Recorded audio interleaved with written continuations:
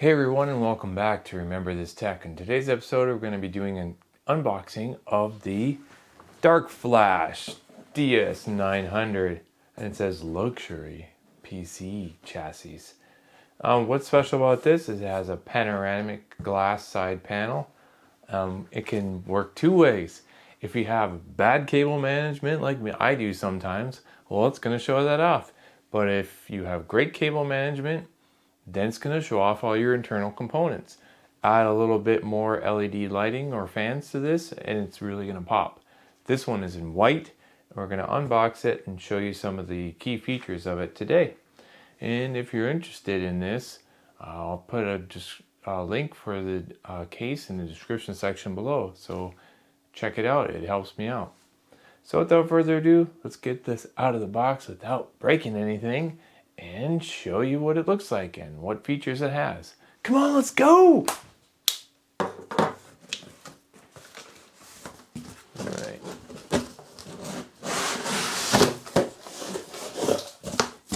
I think it's easy to do this.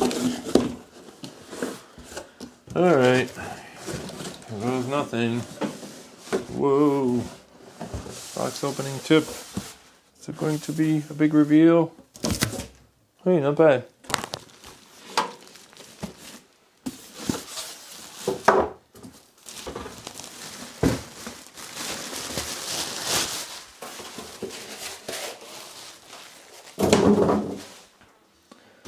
Alright, the front right here, it's a glass panel, not plexiglass, real glass.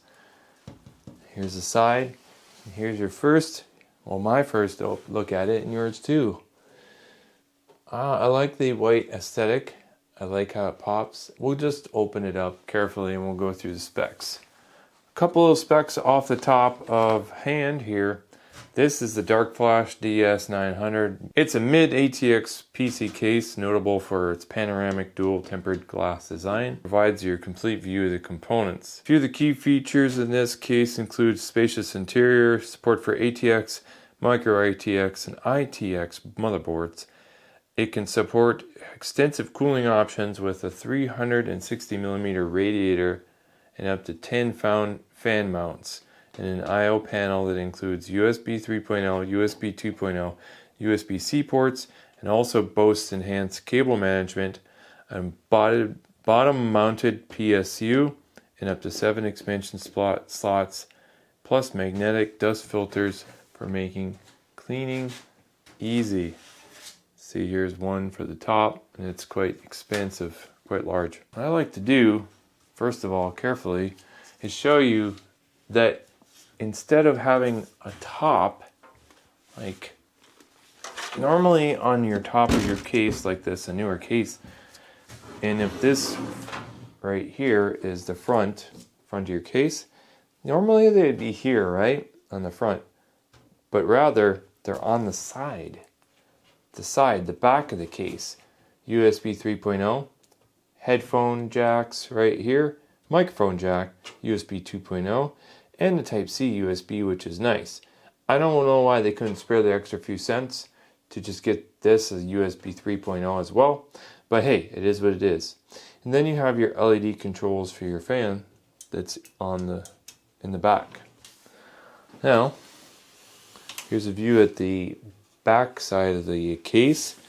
It feels fairly sturdy in my opinion, and I know this is not cool to do because I could cut myself, but that's why I do it specifically, is because some of these cases have sharp edges on the metal, like if they're not beveled.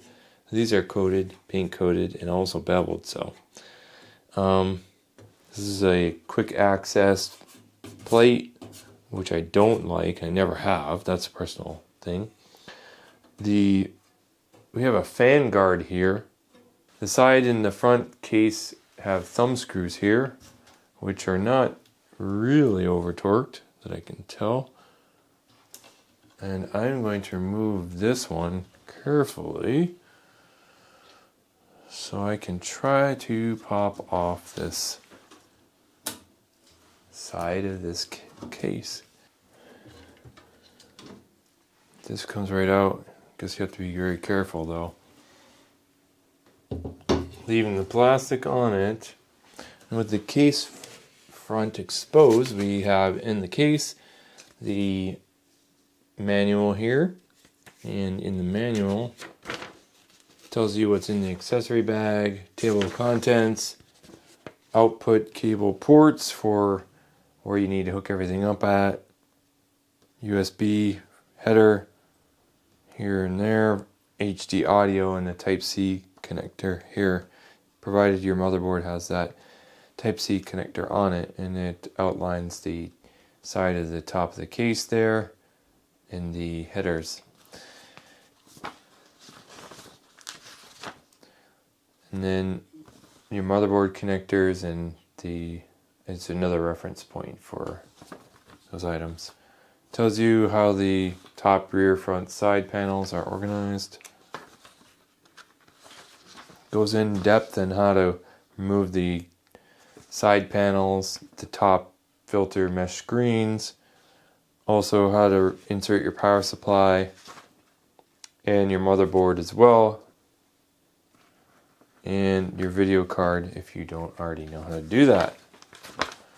And it gives you mounting positions for 360mm AIO, which would be in the back here, right? And you can also mount it up top here. So yes, it can support a 360mm or 240mm AIO according to this manual. So the overall slot capacity of this case, up to 2 traditional size hard disk drives, 2 SSDs, 7 individual PCI slots in the back. The max length for your GPU, you might want to write this down and I'll put it up here, is 425mm in length from front to back. And the max CPU cooler height, if you're using an air cooler, is 170mm. You'll want to know that because if you have a big cooler in here, your front of your case is not going to close. And you'll see here it also illustrates how to mount hard disk drives here, or your SSDs in the bottom here of this case. It also gives reference of how to support your large GPUs. And zip tied in here, we'll have to take the back of the case off. Maybe not. If I want to do things the easy way or the hard way, I can access it, and this will have some screws and some zip ties right here for cable management, your standoffs, and other different hardware for mounting. And until we take off the back side of the case, that would be it. It seems fairly supportive in the motherboard tray as well. We have some pre-mounted motherboard standoffs here. We have one LED white fan in the back, but as you see, there are no fans with this case. I'm going to put a couple fans in here for extra airflow, white of course, and then we'll go from there.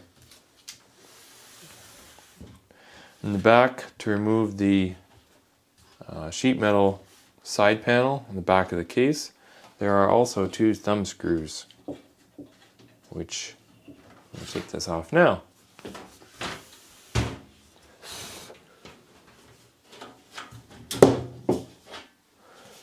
Now we can see the back and the cables.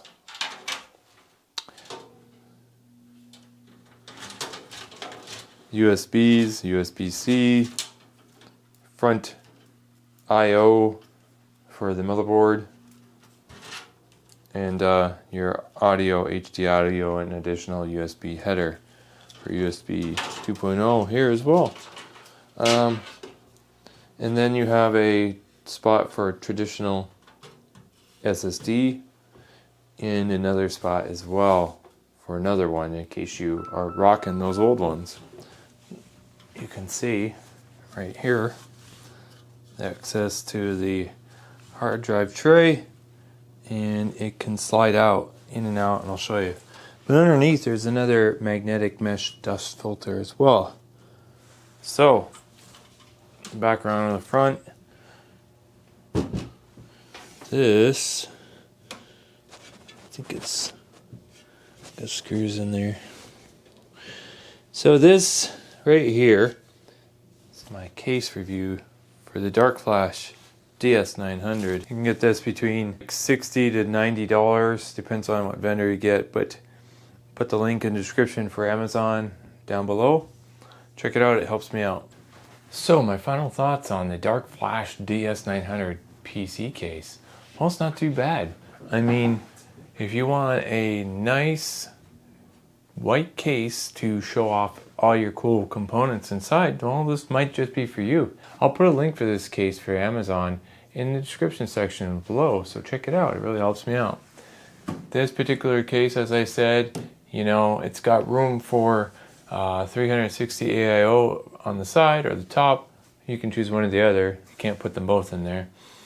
Fits a number of boards, and it's got, you know, legacy support for your hard drive in case you're still rocking one of those.